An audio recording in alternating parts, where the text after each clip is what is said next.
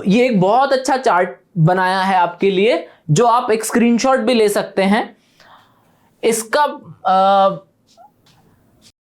देखिए, balance of payment, balance of payment में अब क्या क्या टाइप के डाइवर्सिफिकेशंस होते हैं। एक होता है करंट अकाउंट, एक होता है कैपिटल अकाउंट, और मिसलेनियस इसीलिए छोटा लिखा है क्योंकि आप छोड़ भी सकते हैं इसको। मेजरली आपका फोकस करंट और कैपिटल पर रहना चाहिए।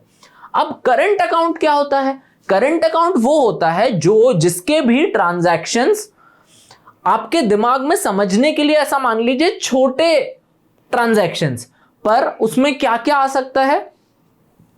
एक तो विजिबल गुड्स, जो हम विजिबल टेंजिबल गुड्स की बात कर रहे थे। अगर गुड्स का ट्रांजैक्शन होता है, सिर्फ गुड्स का, सिर्फ करंट अकाउंट्स के अंडर सिर्फ गुड्स का बीओपी में आप शेयर देखें तो वो क्या कहलाएगा? बीओटी। बीओटी का मतलब क्या है? Balance of trade. आपको कंफ्यूज करने की कोशिश की जाएगी हमेशा कि बीओपी ज्यादा है कि बीओटी ज्यादा है।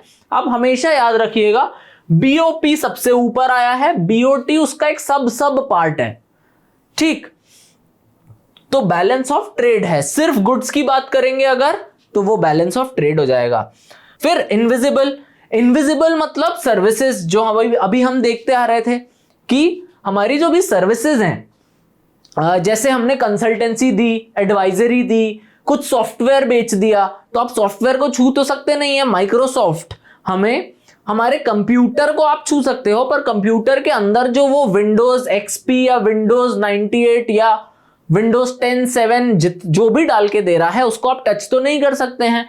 वो कहलाता है सर्विसेज या इनविजिबल करंट अकाउंट का पार्ट। अगला है इनकम रिसीट्स एंड पेमेंट्स। इसमें क्या आता है? तो छोटे मोटे चीजें हमको मिलती रहती हैं। या तो प्रॉफिट, प्रॉफिट मतलब हमारी कोई भी कंपनी ने हमने बाहर जाके एस्टैब्लिश करी और वो हमें पैसे वापस दे रही है, वो प्रॉफिट वापस दे सकती है, वहां पे वो प्रॉफिटेबल कंपनी हो गई, वो अच्छा बेच पा रही है चीजें, तो सिर्फ प्रॉफिट भेज रही है वो वहां से। आईएनटी मतलब इंटरेस्ट, लोन दे के आते हैं ऐसा मान लीजिए। तो लोन अगर आप दे के आए तो आपको थोड़े थोड़े टाइम में वो इंटरेस्ट वापस देगा, क्योंकि आप इतने बुद्धू तो है नहीं कि आपको बिल्कुल कुछ नहीं चाहिए उनसे। आप लोन दे रहे हैं तो आप इंटरेस्ट डिजायर करते हैं कि आपको वापस मिले, तो इंटरेस्ट भी करंट अकाउंट में आएगा। अगला हो गया डीआईवी, जिसका मतलब है डिविडेंड। अब डिविडेंड का मतलब ये होता है कि अगर हमने वहां की कंपनीज में इन्वेस्ट किया और वहां की कंपनीज प्रॉफिटेबल हुई, तो वो जो शेयर्स का कुछ आपको प्रॉफिट का हिस्सा वो लोग आपको भेजते हैं। तो अगर हम इंडिया में बैठे हैं, हमने यूएसए की किसी कंपनी में शेयर्स इन्वेस्ट किए एप्पल के, अब एप्पल प्रॉफिटेबल हुई तो उन्होंने थोड़ा सा पार्ट हमें दे दिया एज इंसेंटिव कि आप हमारे शेयर होल्डर हैं तो आप थोड़ा सा पैसा रखिए, वो भी आएगा अपना करंट अकाउंट में। अगला है यूनिलैटरल ट्रांसफर्स। यूनिलैटरल ट्रांसफर्स भी हम देख रहे थे कि एक हाथ से लिया, दूसरे हाथ से दिया कुछ नहीं, तो क्या हो गया? गिफ्ट्स हो गया। फिर डोनेशंस हो गया, डोनेशन वापस लेने के लिए नहीं दी जाती हैं, इसीलिए डोनेशंस भी हो गया। रेमिटेंसेस अभी हम देख के आ रहे हैं। ये सब आते हैं चार, यहां देखिए ये चार चीजें आती हैं करंट अकाउंट में। अब कैपिटल अकाउंट देखते हैं। कैपिटल अकाउंट में बड़ी बड़ी चीजें आपके दिमाग में याद करने के लिए, बड़ी बड़ी चीजें याद रखिए। क्या है? बोरोइंग एंड लेंडिंग, मतलब आपने या तो लोन लिए या लोन दिए, दोनों ही हो सकते हैं, वो यहां आएंगे। अगला है इन्वेस्टमेंट्स।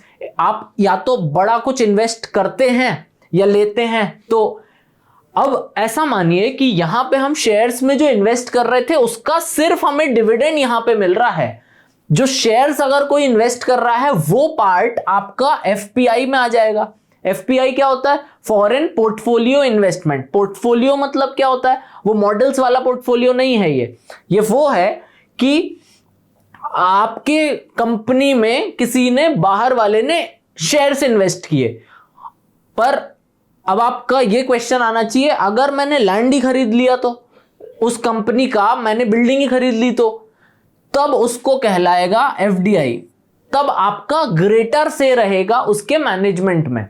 तो investments to and from abroad आएगा कैपिटल अकाउंट में। अगला है चेंज इन फॉरेक्स रिजर्व्स। अब बहुत सारे रिजर्व्स आरबीआई अपने पास रखता है कि आपत्ति या बहुत ऐसी सिचुएशन में जिसमें कंट्री की हालत खराब हो तो ये अपने फॉरेक्स रिजर्व्स निकालता है, तो वो भी आएंगे। उसको ऊपर नीचे अगर होता है वो, तो वो आएगा कैपिटल अकाउंट में। उसके अलावा है एनआरआई अकाउंट। एनआरआई अकाउंट से मेरा मतलब है कि कोई जो बाहर वाला रहने वाला व्यक्ति है वो अगर पैसे डिपॉजिट करता है खुद के यूज के लिए इन इंडिया, अगर ये बाहर चला गया है पर कमा के इंडिया के एक अकाउंट में अपने लिए रखना चाहता है, वो भी हम कैपिटल में लेंगे। इस पे बहुत कंफ्यूजन होते हैं बच्चों को। अब मिसलेनियस में क्या है? Errors and omissions. Errors and omissions क्यों आता है? इसीलिए क्योंकि हम इतनी पूरी कंट्री का हम यहां पे एक अकाउंट बना रहे हैं, तो there would be situations when you would not be able to account for those things. तो वो हम मान के चलते हैं कि थोड़े बहुत एरर्स और ओमिशंस होंगे। ओमिशंस मतलब कुछ चीजें छूट जाएंगी, एरर्स मतलब कुछ गलत चीजें रिकॉर्ड हो जाएंगी। तो ये अपना मिसलेनियस में आ गया। ये in general balance of payment आपका चैप्टर का समरी है।